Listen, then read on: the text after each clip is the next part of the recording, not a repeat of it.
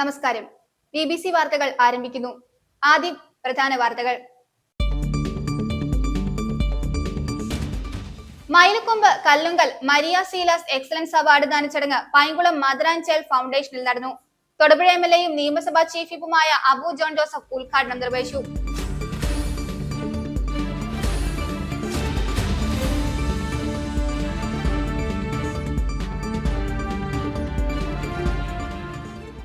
തൊടുപുഴ ശ്രീകൃഷ്ണസ്വാമി ക്ഷേത്രത്തിൽ ശ്രീമദ് വാൽമീകി രാമായണ നവാഹയജ്ഞം ഓഗസ്റ്റ് 1 മുതൽ 9 വരെ നടത്തുമെന്ന് ക്ഷേത്രം കമ്മിറ്റി ഭാരവാഹികൾ വാർത്താ സമ്മേളനത്തിൽ അറിയിച്ചു.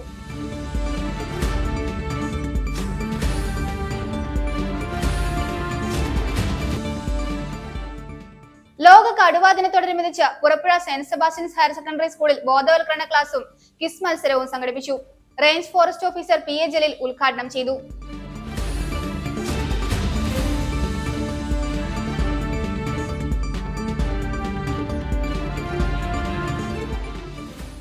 ഇടവെട്ടി ശ്രീകൃഷ്ണസ്വാമി ക്ഷേത്രത്തിൽ ഈ വർഷത്തെ ഔഷധ സേവ ഓഗസ്റ്റ് 1 നടക്കുമെന്ന് ക്ഷേത്രം ഭാരവാഹികൾ വാർത്താ സമ്മേളനത്തിൽ അറിയിച്ചു.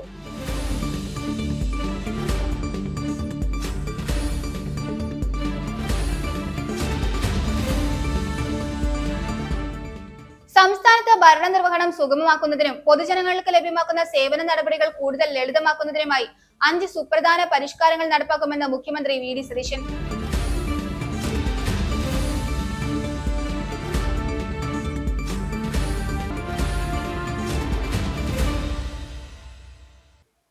വാർത്തകൾ വിശദമായി. മൈലക്കൊമ്പ് കല്ലുങ്കൽ മരിയ സീലാസ് എക്സലൻസ് അവാർഡ് ദാന ചടങ്ങ് പൈങ്കുളം മദർ ആൻഡ് ചൈൽഡ് ഫൗണ്ടേഷനിൽ നടന്നു. തൊടുപുഴ MLAയും നിയമസഭാ ചീഫ് വിപ്പുമായ അബു ജോൺ ജോസഫ് ഉദ്ഘാടനം നിർവഹിച്ചു. നഴ്സിംഗ് രംഗത്ത് മികച്ച സേവനം കാഴ്ചവെച്ച് മൺമറിഞ്ഞുപോയ മരിയ സീലാസിന്റെ ഓർമ്മയ്ക്കായി കല്ലുങ്കൽ ഫാമിലി കഴിഞ്ഞ 8 വർഷമായി നടത്തിവരുന്ന Kallunkal Maria Silas excellence award Painkulam mother and child ഫൗണ്ടേഷനിൽ നടന്നു. ഈ വർഷം +2 പാസ്സായ 26 കുട്ടികൾക്ക് 20,000 രൂപയും പ്രശസ്തി പത്രവുമാണ് ചടങ്ങിൽ വിതരണം ചെയ്തത്. അവാർഡ് ദാന ചടങ്ങ് government chief whip Abu John Joseph MLA ഉദ്ഘാടനം ചെയ്തു. കോവിഡ് സമയത്ത് അതിന് മുൻപുമൊക്കെ പ്രിൻസും ജോഷിയനൊക്കെ പലപ്പോഴും പറയാറുണ്ട്, പല ദിവസങ്ങളിലും നേരം വെളുത്ത് കഴിയുമ്പോൾ ഇന്ന് പിള്ളേർക്ക് എന്ത് ഭക്ഷണം കൊടുക്കും എന്ന് പോലും ഓർത്ത് വിഷമിച്ചിരുന്ന ഘട്ടങ്ങളിൽ എവിടുന്നോ ഒക്കെ ആളുകൾ ഒന്നും ചോദിക്കാതെ തന്നെ വണ്ടികളിൽ ഭക്ഷണം കൊണ്ട് എത്തിച്ചിരുന്ന ഒരു കാലഘട്ടം ഉണ്ടായിരുന്നു. അപ്പോൾ തീർച്ചയായിട്ടും നമ്മൾ ഒരു സമൂഹത്തിൽ സഹായിക്കുവാനുള്ള മനസ്ഥിതിയുള്ള മനുഷ്യോദ്യമത്തിന്റെ ഒരു ഓർമ്മപ്പെടുത്തലും കൂടിയാണ് നമ്മുടെ ഈ മദർ ആൻഡ് ചൈൽഡ് ഫൗണ്ടേഷൻ. തീർച്ചയായിട്ടും ഇന്ന് ഇവിടെ കൂടിയിരിക്കുന്ന നിങ്ങൾക്ക് ഏവർക്കും. തുടർന്ന് മദർ ആൻഡ് ചൈൽഡ് ഫൗണ്ടേഷനിലെ പ്രതിഭകൾക്കൊപ്പം അബു ജോൺ ജോസഫ് ഗാനം ആലപിച്ചത് ചടങ്ങിൽ ശ്രദ്ധേയമായി.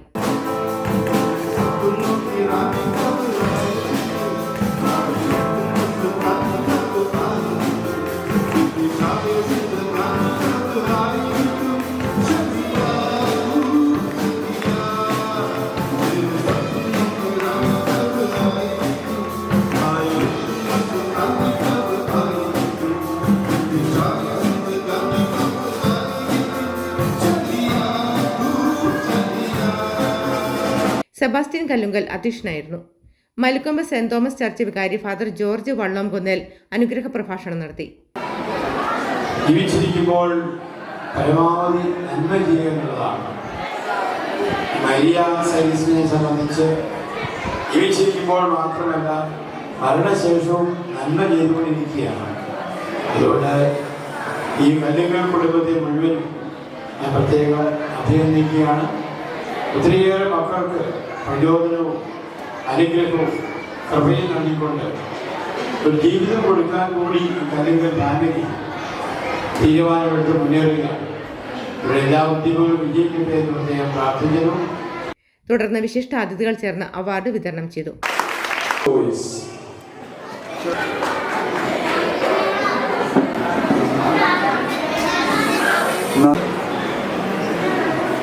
Thodupuzha SI Biju VA, father Alan Vellankunnel, father Benny Odackal തുടങ്ങിയവർ ആശംസകൾ അർപ്പിച്ചു.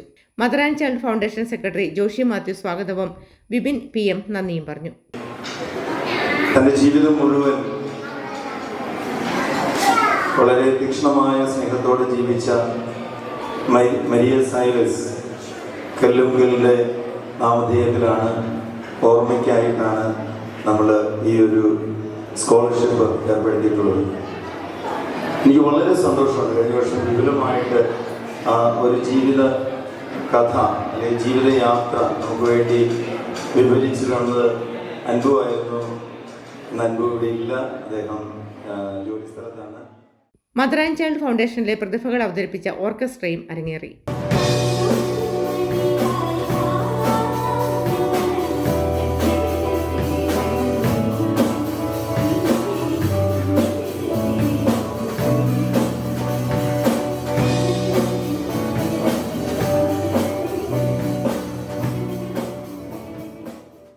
News bureau, Thodupuzha.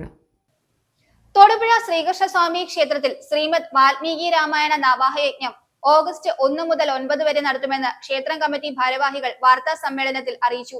രാവിലെ 6-ന് ഗണപതി ഹോമത്തോടെ യജ്ഞം ആരംഭിക്കും. ഇതോടനുബന്ധിച്ച് പ്രശ്നോത്തരി മത്സരം, രാമായണ പ്രദർശിനി എന്നിവ നടത്തും. ഓഗസ്റ്റ് 2-ന് തൊടുപുഴ എംഎൽഎയും നിയമസഭാ ചീഫ് വിപ്പുമായ അബു ജോൺ ജോസഫ് പ്രദർശിനി ഉദ്ഘാടനം നിർവഹിക്കും. ഓഗസ്റ്റ് 4-ന് തൊടുപുഴ ഡിവൈഎസ്പി PM ബൈജു പ്രദർശിനി സമാപന സമ്മേളനം ഉദ്ഘാടനം ചെയ്യും. വിശ്വസാഹിത്യത്തിലെ ആദ്യ കാവ്യമായ ശ്രീമദ് വാൽമീകി രാമായണം 9 ദിവസങ്ങൾ കൊണ്ട് വായിച്ചു പൂർത്തിയാക്കും. എല്ലാ ദിവസവും രാവിലെ 6-ന് ഗണപതി ഹോമത്തോടുകൂടി ആരംഭിക്കുന്ന യജ്ഞം വൈകിട്ട് 6:15-ന് ദീപാരാധനയോടെ സമാപിക്കും. രാവിലെ 10:45 മുതൽ 12:45 വരെയും വൈകിട്ട് 4:15 മുതൽ 6 വരെയും ആചാര്യ പ്രഭാഷണം ഉണ്ടായിരിക്കും. ജൂലൈ 31-ന് വൈകിട്ട് 7 മണിക്ക് ആചാര്യ വരണം. 9-ന് ഉച്ചയ്ക്ക് 12 മുതൽ അഷ്ടാഭിഷേകവും തുടർന്ന് യജ്ഞ സമർപ്പണവും നടക്കും. ഇതോടനുബന്ധിച്ച് പ്രശ്നോത്തരി മത്സരം, രാമായണ പ്രദർശിനി എന്നിവയും ഉണ്ടായിരിക്കും. പ്രദർശിനിയുടെ ഉദ്ഘാടനം ഓഗസ്റ്റ് 2-ന് രാവിലെ 9:30-ന് തൊടുപുഴ എംഎൽഎയും നിയമസഭാ ചീഫ് വിപ്പുമായ അബു ജോൺ ജോസഫ് നിർവഹിക്കും. Thodupuzha municipal vice chairman K. Deepak, ward councillor Gopakumar എന്നിവർ പങ്കെടുക്കും. പ്രദർശിനി സമാപനം ഓഗസ്റ്റ് 4-ന് വൈകിട്ട് 3-ന് നടക്കും. സമാപന സമ്മേളനം തൊടുപുഴ ഡിവൈഎസ്പി PM ബൈജു ഉദ്ഘാടനം ചെയ്യും. ചടങ്ങിൽ പത്മവിഭൂഷൺ P. നാരായൺജിയെയും രാമായണ സമ്പാദകൻ മണത്തണ E. പത്മനാഭനെയും ആദരിക്കും. ഓഗസ്റ്റ് 2-ന് ഉദ്ഘാടന സമ്മേളനത്തിലും ഓഗസ്റ്റ് 4-ന് നടക്കുന്ന സമാപന സമ്മേളനത്തിലും ക്ഷേത്രം മാനേജിംഗ് ട്രസ്റ്റി NR നമ്പൂതിരിപ്പാട് അധ്യക്ഷത വഹിക്കും. യഥാർത്ഥത്തിൽ മധ്യ കേരളത്തിൽ ഇങ്ങനെയൊരു സംഗതി ഇതുവരെ ഉണ്ടായിട്ടില്ല.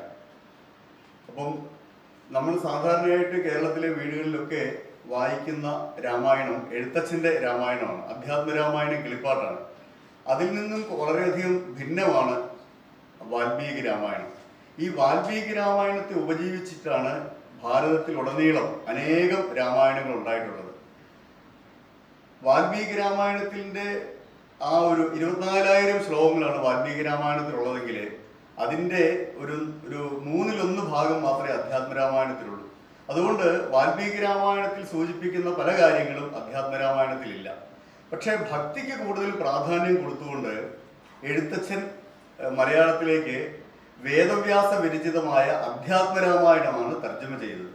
അതുകൊണ്ട് വാൽമീകി രാമായണത്തെക്കുറിച്ചുള്ള പരിചയം കേരളീയർക്ക് താരതമ്യേന കുറവാണ്.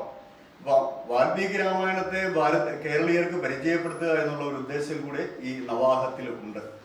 നമ്മുടെ മധ്യ കേരളത്തിൽ ഇത് ഇതം പ്രഥമമായിട്ടാണ് നടക്കുന്നത്. ഇത് മാത്രമല്ല, ഈ രാമായണത്തോടനുബന്ധിച്ച് ഒരു പ്രദർശിനി നമ്മൾ സംഘടിപ്പിക്കുന്നുണ്ട്. മണത്തണ ശ്രീ പത്മനാഭൻ എന്ന് പറയുന്ന ഒരു വ്യക്തി 220-ൽ പരം രാമായണങ്ങൾ, നമുക്കറിയാം ആയിരക്കണക്കിന് രാമായണങ്ങളുണ്ട്, പക്ഷെ നമ്മളൊന്നും കണ്ടിട്ടില്ല. അപ്പം തൊടുപുഴക്കാർക്ക് കാണുവാൻ വേണ്ടി അദ്ദേഹത്തെ ഇവിടെ ക്ഷണിച്ചു വരുത്തി നമ്മൾ 3 ദിവസത്തെ രാമായണ പ്രദർശനം ഇവിടെ നടത്തുന്നുണ്ട്.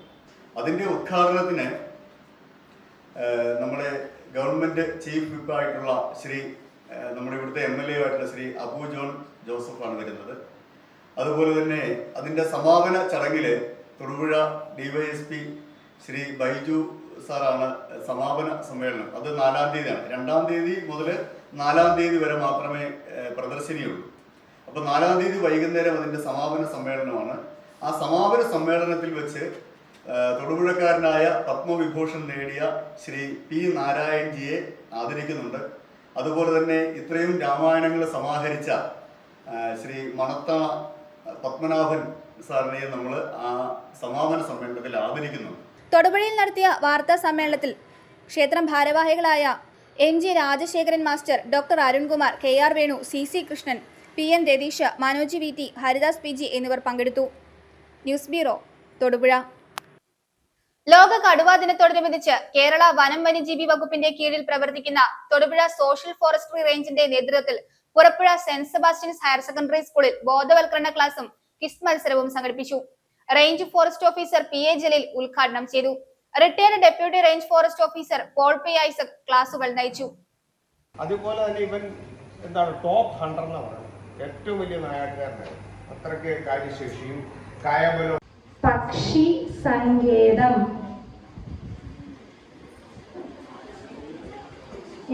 ഗ്രൂപ്പ് നമ്പർ 4 തട്ടേക്കാട് പക്ഷി സങ്കേതം. Very good.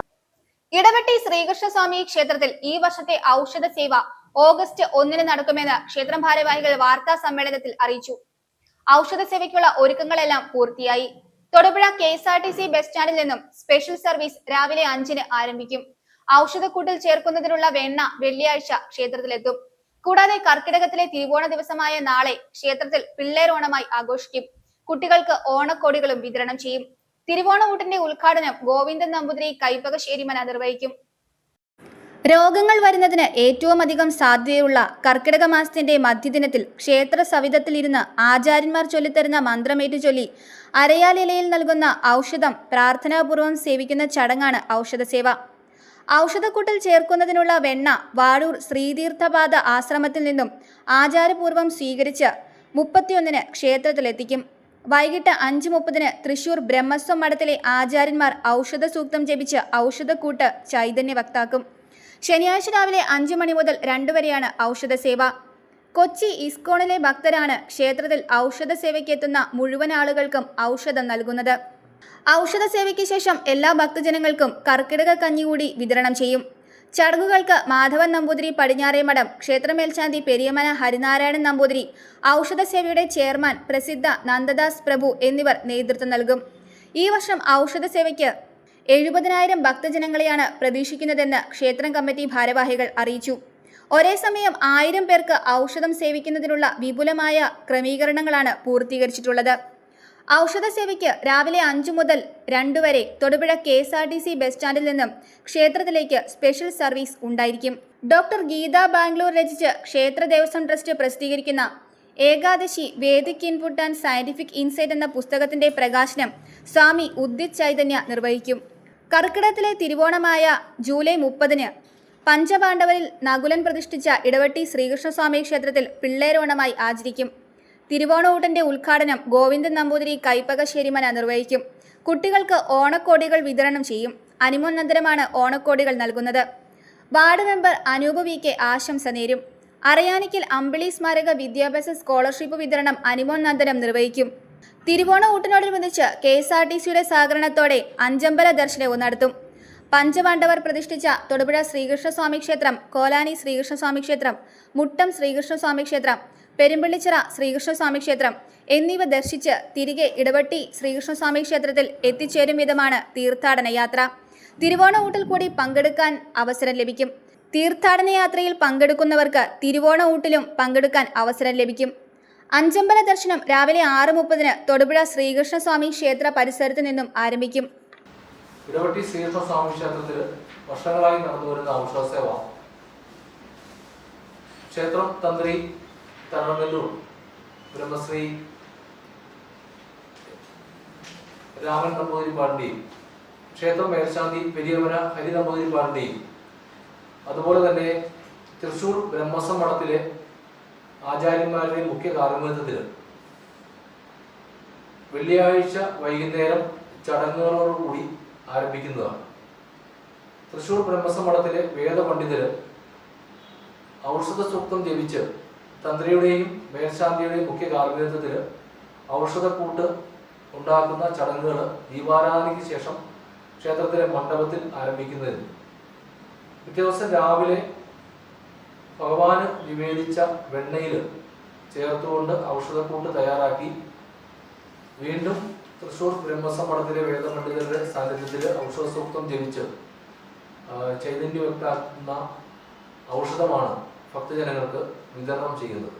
തൊടുപുഴയിൽ നടത്തിയ വാർത്താ സമ്മേളനത്തിൽ ഇടവെട്ടി ശ്രീകൃഷ്ണസ്വാമി ക്ഷേത്ര Devaswom trust secretary Siju B Vadakkemuzhikkal, ward member Anoop VK, ഔഷധസേവ general convener PR Sudheer Kumar, ക്ഷേത്ര ഭരണസമിതി അംഗം കിഷോർ കുമാർ, മാതൃസമിതി അംഗം ഷീല വിജയൻ എന്നിവർ പങ്കെടുത്തു.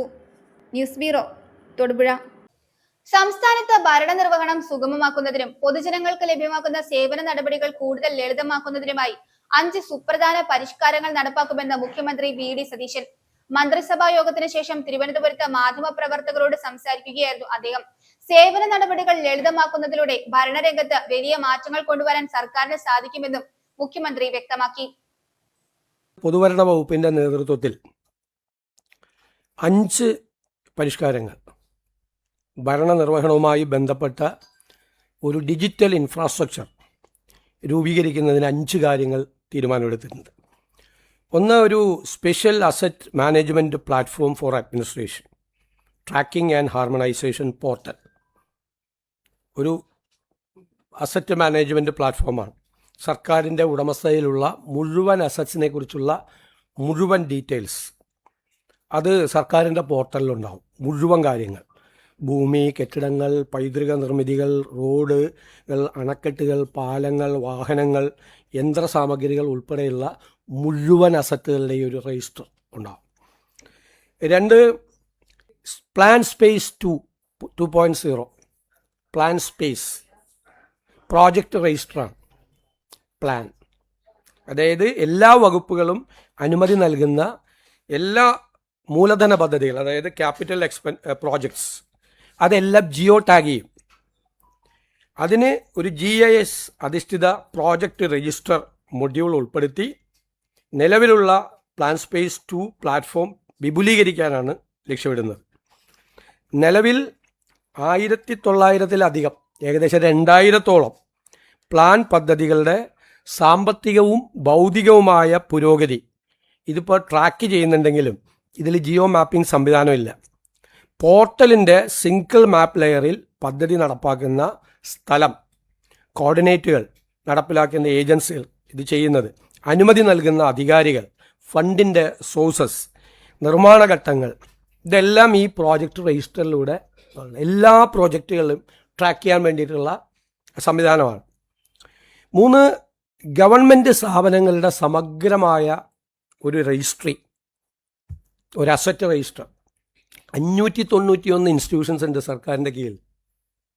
ഏകദേശം 19,000 കോടിയോളം രൂപയാണ് ഇതിൻ്റെ സാലറി ആയിട്ട് പോകുന്നത്. പലതും പല കാലത്ത് രൂപീകരിച്ച സ്ഥാപനങ്ങളാണ്. ആ ഉദ്ദേശ ലക്ഷ്യങ്ങൾ കഴിഞ്ഞിട്ടും പല രീതിയിൽ അത് തുടരുകയാണ്. പല സ്ഥാപനങ്ങളും പലരും ഡെപ്യൂട്ടേഷനിലൊക്കെ പോവുകയാണ് പല ഡിപ്പാർട്ട്മെൻറ്റുകളിൽ നിന്നും. അതെല്ലാം നമ്മളിന്ന് സമഗ്രമാക്കും. അത് ഒരേ സ്വഭാവമുള്ള ധാരാളം സ്ഥാപനങ്ങളുണ്ട്. ആ സ്ഥാപനങ്ങളെ നമ്മൾ ഇൻ്റഗ്രേറ്റ് ചെയ്യും, സമഗ്രമാക്കും, ഒരുമിച്ച് ഇൻ്റഗ്രേറ്റ് ചെയ്യും. അതിനുള്ള ഒരു വിപുലമായ ഒരു പദ്ധതിയാണ് ചെയ്യുന്നത്.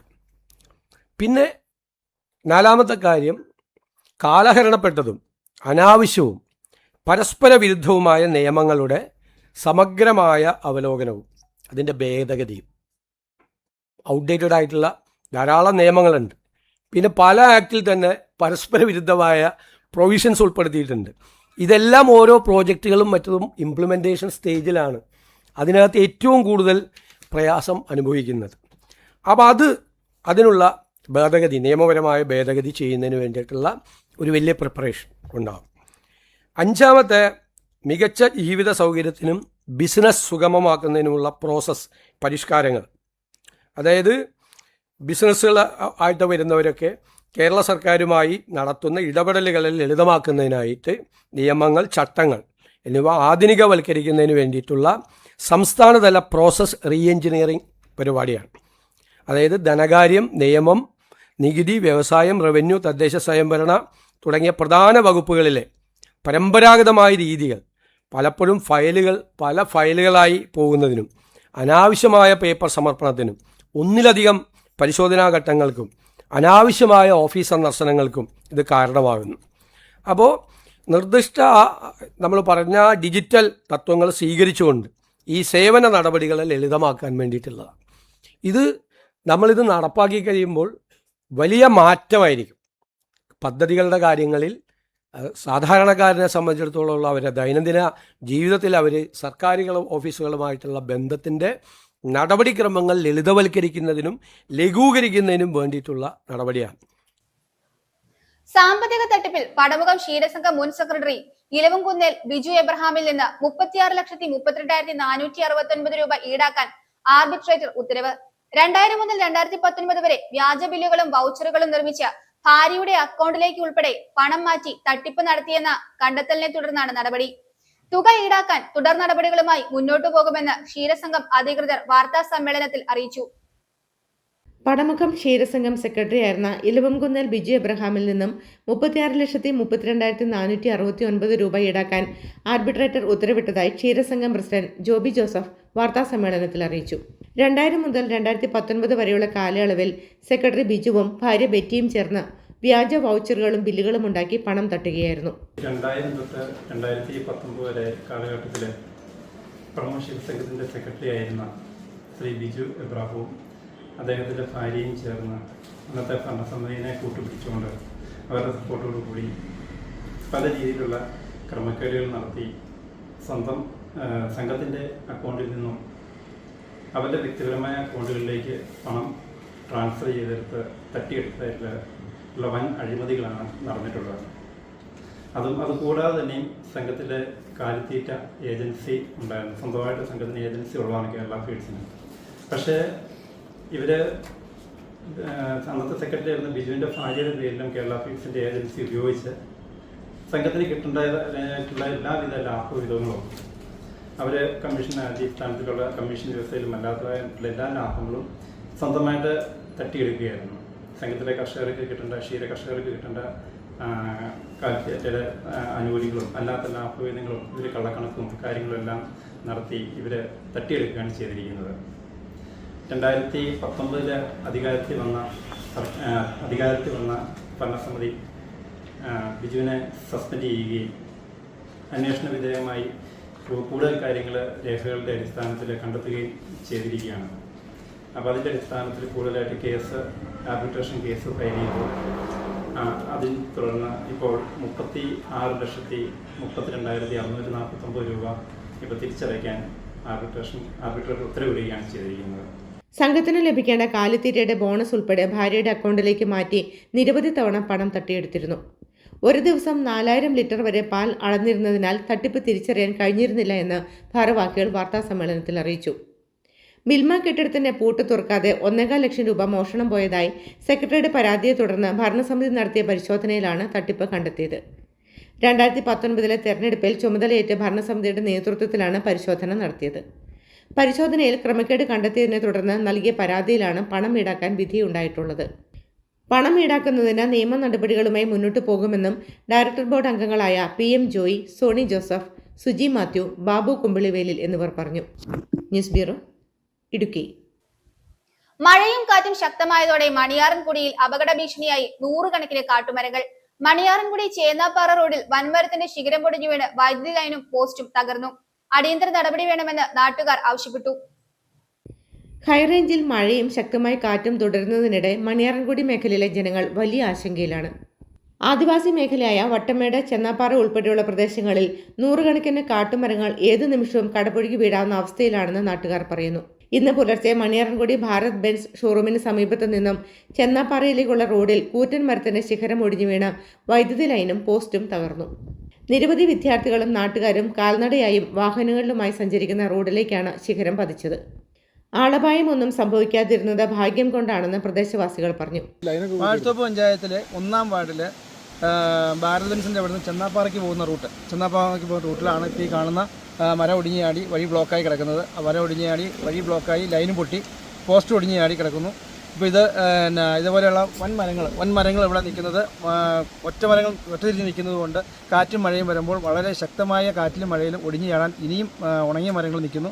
ഉണങ്ങിയ മരം വീഴാൻ സാധ്യതയുണ്ട്. കാരണം സ്കൂൾ കുട്ടി മുതൽ പ്രായമായ ആളുകൾ വരെ നിത്യം നടക്കുന്ന വഴിയാണ്. ഇപ്പോൾ ഇവിടെ നിന്നുള്ള ജനങ്ങളുടെ ആശങ്ക അകറ്റാൻ വേണ്ടി ഈ നിൽക്കുന്ന വലിയ മരങ്ങളൊക്കെ മുറിച്ച് നീക്കം ചെയ്ത് വഴികളെല്ലാം കൃത്യമാക്കി തന്നെ എന്നാണ് എനിക്ക് പറയാനുള്ളത്. ഉണങ്ങി ദ്രവിച്ചിരുന്ന ശിഖരത്തിൽ ചേലവള്ളികൾ പടർന്നു കയറിയതിനാൽ മരത്തിന്റെ അപകടാവസ്ഥ തിരിച്ചറിയാൻ കഴിഞ്ഞിരുന്നില്ല. ഇതുപോലെയുള്ള 100 കണക്കിന് മരങ്ങൾ ഇപ്പോഴും പ്രദേശത്ത് അപകട ഭീഷണിയെ നിലകൊള്ളുകയാണെന്ന് വാർഡ് മെമ്പർ സിബി തകരപ്പള്ളി പറഞ്ഞു. വർഷങ്ങളായി അപകട ഭീഷണിയുള്ള മരങ്ങൾ മുറിച്ചു മാറ്റണമെന്ന് നാട്ടുകാർ വനം വകുപ്പ് ഉദ്യോഗസ്ഥരോട് ആവശ്യപ്പെട്ടിട്ടും നടപടി ഉണ്ടായിട്ടില്ലെന്നും അദ്ദേഹം ആരോപിച്ചു. ശക്തമായ കാറ്റും മഴയും തുടരുന്ന സാഹചര്യത്തിൽ വൻ ദുരന്തം ഒഴിവാക്കാൻ ജില്ലാ ഭരണകൂടവും വനം വകുപ്പും അടിയന്തരമായി ഇടപെട്ട് അപകട ഭീഷണിയുള്ള മരങ്ങൾ നീക്കം ചെയ്യണമെന്നാണ് പ്രദേശവാസികളുടെ ആവശ്യം. News bureau, Idukki. അരിക്കുഴയിൽ പ്രകൃതി സൗഹൃദ പേപ്പർ കപ്പ് നിർമ്മാണ യൂണിറ്റ് അന്ന പേപ്പർ പ്രൊഡക്ട്സ് പ്രവർത്തനം ആരംഭിച്ചു. പേപ്പർ കപ്പ് നിർമ്മാണ യൂണിറ്റ് തൊടുപുഴ എംഎൽഎയും നിയമസഭാ ചീഫ് വിപ്പുമായ അബു ജോൺ ജോസഫ് ഉദ്ഘാടനം ചെയ്തു.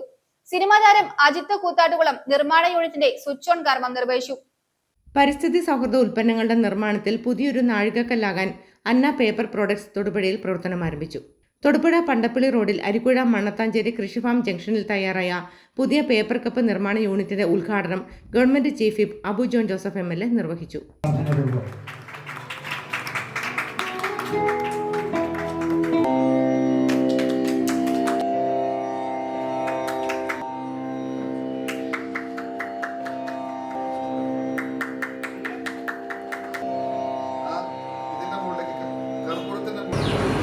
ഈ ഒരു സംരംഭത്തിന് എല്ലാവിധ ആശംസകളും വിജയാശംസകളും നേരുകയാണ്. എല്ലാവിധ ദൈവാനുഗ്രഹവും നേരുന്നു.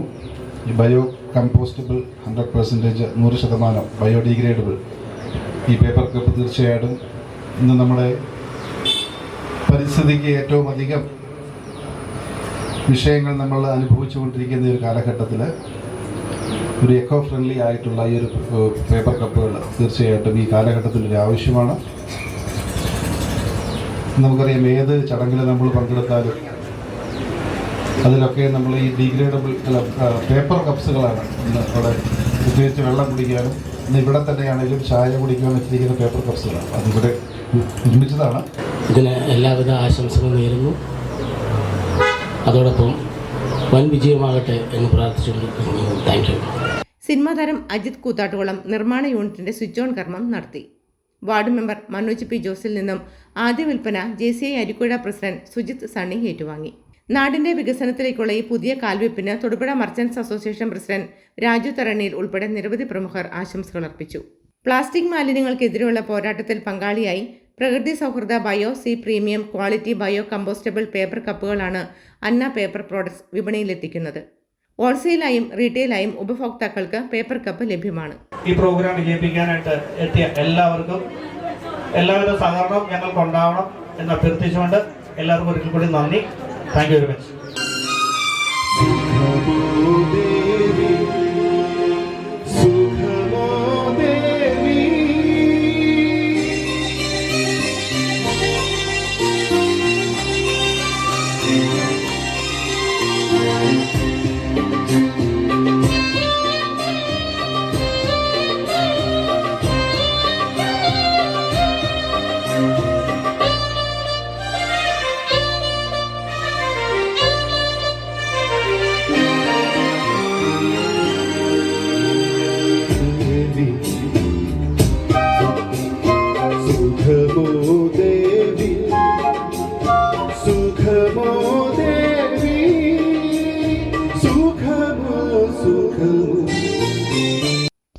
News bureau, Thodupuzha.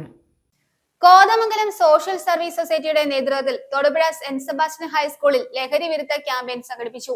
സജീവം എന്ന പേരിൽ നടത്തിയ പരിപാടിയുടെ ഉദ്ഘാടനം school assistant manager father John Kanayankal നിർവഹിച്ചു. പ്രശസ്ത മജീഷ്യൻ ജോയിസ് മുക്കുടം ലഹരി വിരുദ്ധ മാജിക് ഷോ അവതരിപ്പിച്ചു. കോതമംഗലം രൂപത സോഷ്യൽ സർവീസ് സൊസൈറ്റിയുടെ നേതൃത്വത്തിൽ സജീവം ലഹരിവിരുദ്ധ ക്യാമ്പയിന്റെ ഭാഗമായി തൊടുപുഴ സെന്റ് സെബാസ്റ്റ്യൻസ് ഹൈസ്കൂളിൽ മാജിക്കിലൂടെ ലഹരിവിരുദ്ധ ബോധവൽക്കരണം സംഘടിപ്പിച്ചു. ലഹരിവിരുദ്ധ campaign school assistant manager father John Kanayankal ഉദ്ഘാടനം ചെയ്തു. നൈമിഷിക സുഖം നൽകുന്നതും എന്നാൽ ജീവിതം നശിപ്പിക്കുന്നതുമായ ഭൗതികമായ ലഹരിക്ക് പുറകെ പോകാതെ സന്തോഷവും സമാധാനവും നൽകുന്ന ജീവിതം ലഹരിയാക്കി മാറ്റണമെന്ന് അദ്ദേഹം ഉദ്ബോധിപ്പിച്ചു. ചിലർക്ക് നല്ലതായിട്ട് കളിക്കാനും നല്ലതായിട്ട് ബാഡ്മിന്റൺ കളിക്കാനും ഫുട്ബോൾ കളിക്കാനും ക്രിക്കറ്റ് കളിക്കാനൊക്കെ അറിയാം. അവർക്കതൊരു ലഹരിയായിട്ട് മാറണം. കളി ഒരു ലഹരിയാണ്. ചിലർക്ക് പഠിക്കുന്നതിന് വളരെ ആവേശമാണ്, ചിലർക്ക് കണക്ക് പഠിക്കാൻ വളരെ താല്പര്യമാണ്, ചിലർക്ക് ലാംഗ്വേജ് പഠിക്കാനാണ് താല്പര്യം. അവർക്കതൊരു ലഹരിയായിട്ട് മാറണം. ചിലർക്ക് പാട്ട് പാടാൻ, എഴുത്തെഴുതാൻ, അതുപോലെ കവിതകൾ എഴുതാൻ, പ്രസംഗങ്ങൾ രചിക്കാനൊക്കെ വളരെയധികം കഴിവുകളാണ്. അവർക്കതൊരു ലഹരിയായിട്ട് മാറണം.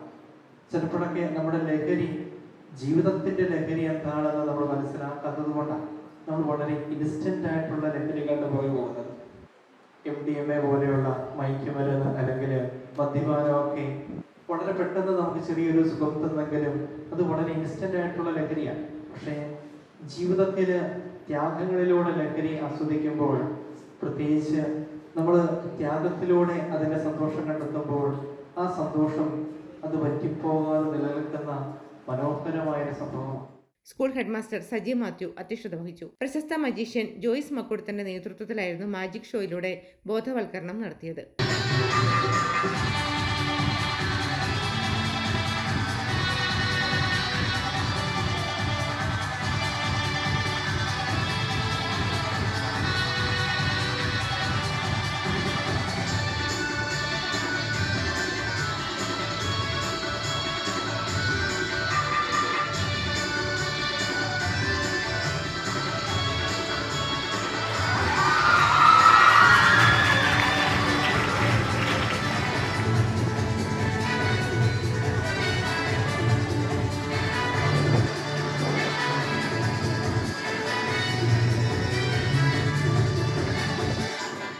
ബന്ധനങ്ങളെ വിട എന്ന പേരിൽ സംഘടിപ്പിച്ച പ്രോഗ്രാമിലൂടെ മാജിക് എന്ന കല ഉപയോഗിച്ച് ലഹരിയുടെ ദോഷവശങ്ങൾ കുട്ടികളെ അദ്ദേഹം ബോധ്യപ്പെടുത്തി.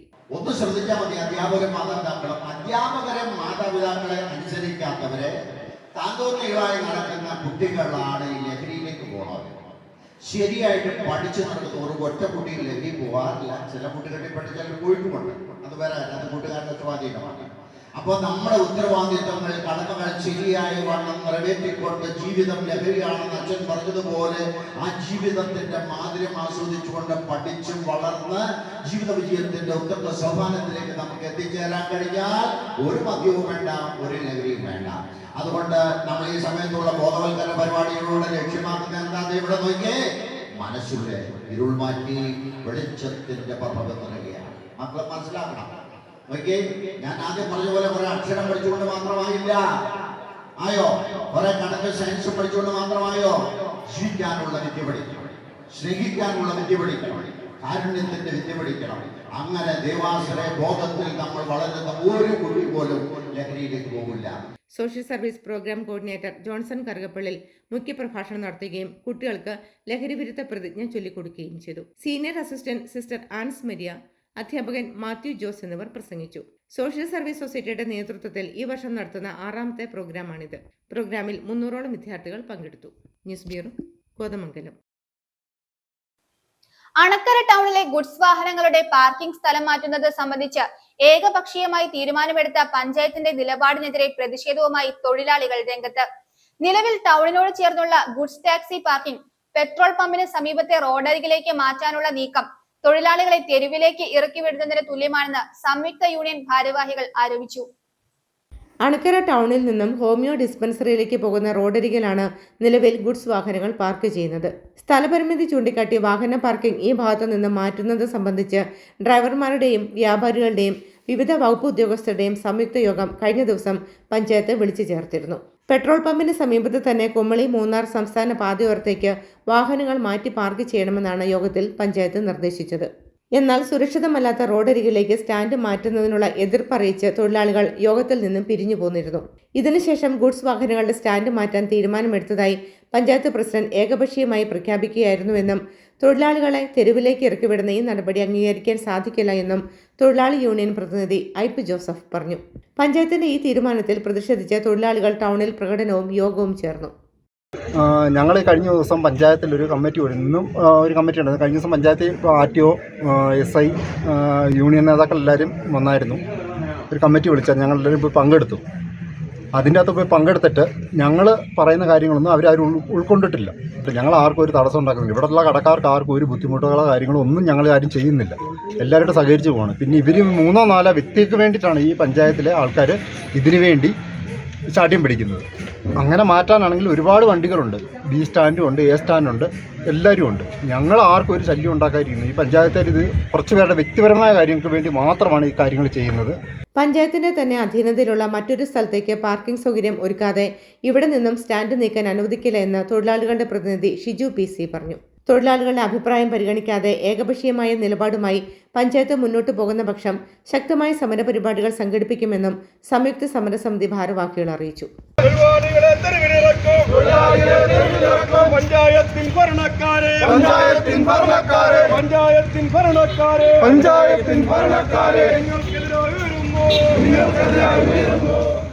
News bureau, Idukki. ഇടവെട്ടി പഞ്ചായത്തിലെ 4, 5, 14 വാർഡുകളിൽ കൂടി കടന്നുപോകുന്ന ഇടവെട്ടി ഡിപ്പോ നടയം റോഡ് തകർന്ന് ഗതാഗതം താറുമാറായ അവസ്ഥയിലാണ്. റോഡ് തകർന്നു കിടക്കുന്നതിനാൽ ഓട്ടം വിളിച്ചാൽ പോലും ഓട്ടോ ഡ്രൈവർമാർ വരാത്ത അവസ്ഥയാണെന്ന് നാട്ടുകാർ പറയുന്നു. സ്കൂൾ കുട്ടികളടക്കം നിരവധി യാത്രക്കാരാണ് ഇതുവഴി ദിവസവും കടന്നു പോകുന്നത്. വാഹനങ്ങൾക്ക് കേടുപാടുകൾ സംഭവിക്കുന്നതിനാൽ സ്കൂൾ ബസ്സുകൾ പോലും ഇതുവഴി വരാൻ വിമുഖത കാണിക്കുകയാണ്. മഴക്കാലത്ത് വെള്ളക്കെട്ടും വഴുക്കലും ഉള്ളതിനാൽ റോഡിലൂടെ നടക്കാൻ പോലും സാധിക്കാത്ത അവസ്ഥയാണ്. ആശുപത്രിയിലേക്കും മറ്റും പോകാൻ വാഹനങ്ങൾ വിളിച്ചാൽ വരാത്തതിനാൽ രോഗിയെ എടുത്തുകൊണ്ട് പോകേണ്ട അവസ്ഥ വരെ ഉണ്ടായതായി സമീപവാസികൾ പറയുന്നു. മഴവെള്ളം കുത്തിയൊഴുകി റോഡിന് നടുവിലൂടെ വലിയ ഗർത്തങ്ങൾ രൂപപ്പെട്ടിരിക്കുകയാണ്. നടയം, ശാസ്താംപാറ, തൊണ്ടിക്കുഴ, പാലാക്കണ്ടം, മുരളിക്കവല എന്നിവിടങ്ങളിലേക്കുള്ള നിരവധി ആളുകളും ഗതാഗതത്തിനായി ഈ റോഡിനെയാണ് ആശ്രയിക്കുന്നത്.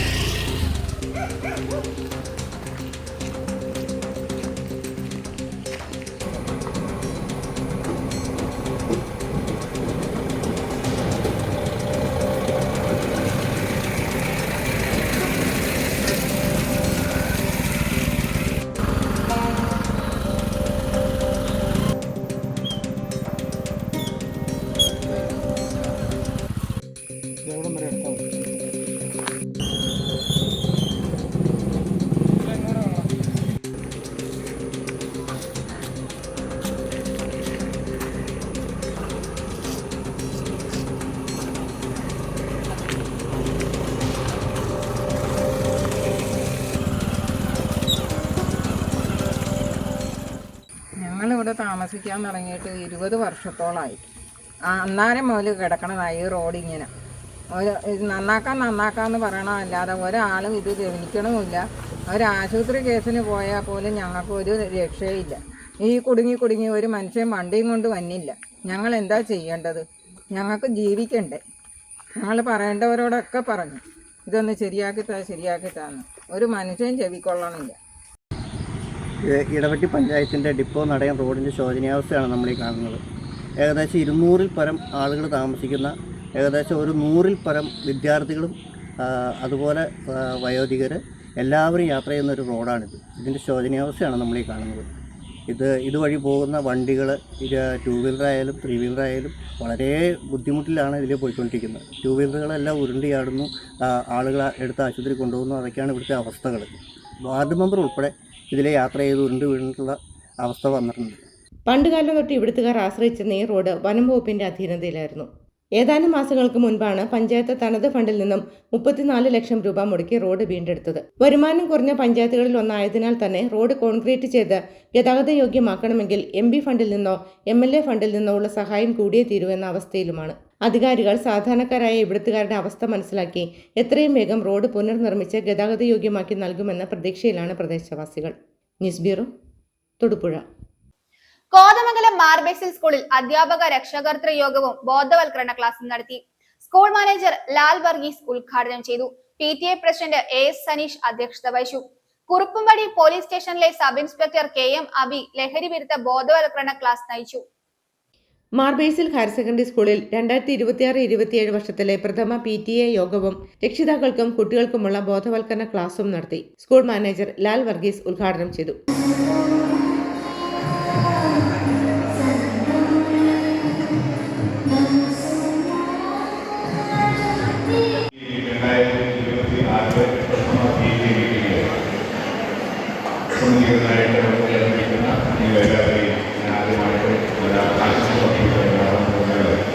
നമ്മുടെ കുട്ടികൾ പഠിക്കുന്ന സ്കൂളിൽ അവരുടെ പഠനങ്ങളെ വിലയിരുത്തുന്നതിന്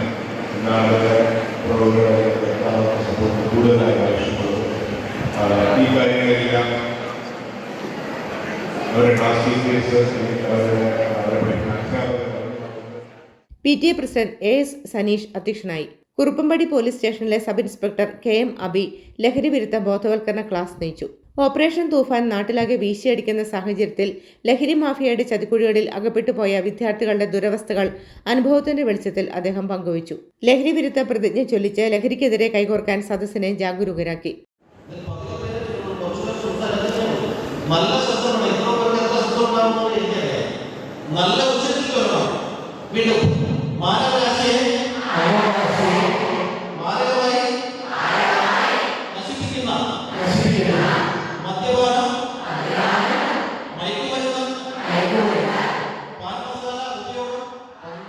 വിവിധ മേഖലകളിൽ മികച്ച വിജയം കൈവരിച്ച കുട്ടികളെ ആദരിച്ചു. സെൻസസ് ക്വിസ് 2026 ജില്ലാതല വിജയി ഋതിക ഷിനോജ്, കരാട്ടെ ദേശീയതല മത്സരത്തിൽ മികച്ച പ്രകടനം കാഴ്ചവെച്ച ക്രിസ്റ്റീന റിൻസ്, ശിവാനി സുരേഷ് എന്നിവരെ യോഗത്തിൽ അനുമോദിച്ചു. പ്രഥമാധ്യാപിക ബിന്ദു വർഗീസ് റിപ്പോർട്ട് അവതരിപ്പിച്ചു. സ്കൂൾ പ്രിൻസിപ്പൽ ജിബി ചെറിയാൻ ആശംസകൾ അർപ്പിച്ചു.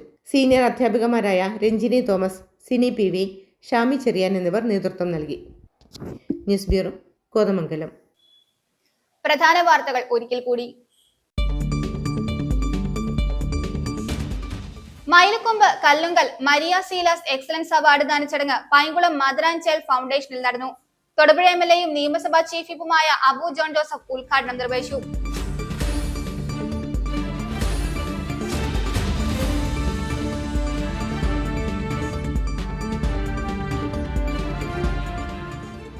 തൊടുപുഴ ശ്രീകൃഷ്ണസ്വാമി ക്ഷേത്രത്തിൽ ശ്രീമദ് വാൽമീകി രാമായണ നവാഹയജ്ഞം ഓഗസ്റ്റ് 1 മുതൽ 9 വരെ നടത്തുമെന്ന് ക്ഷേത്രം കമ്മിറ്റി ഭാരവാഹികൾ വാർത്താ സമ്മേളനത്തിൽ അറിയിച്ചു.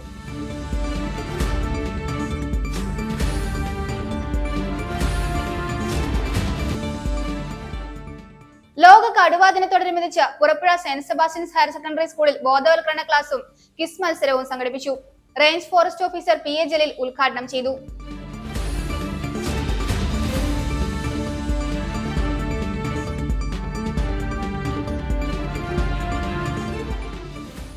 ഇടവെട്ടി ശ്രീകൃഷ്ണസ്വാമി ക്ഷേത്രത്തിൽ ഈ വർഷത്തെ ഔഷധ സേവ ഓഗസ്റ്റ് 1 നടക്കുമെന്ന് ക്ഷേത്രം ഭാരവാഹികൾ വാർത്താ സമ്മേളനത്തിൽ അറിയിച്ചു.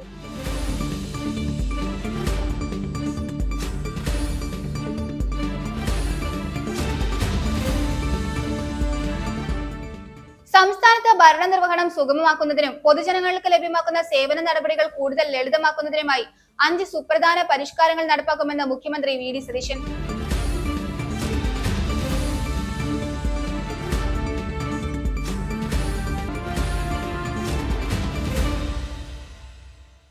ഇതോടെ ഈ വാർത്താ ബുള്ളറ്റിൻ സമാപിക്കുന്നു.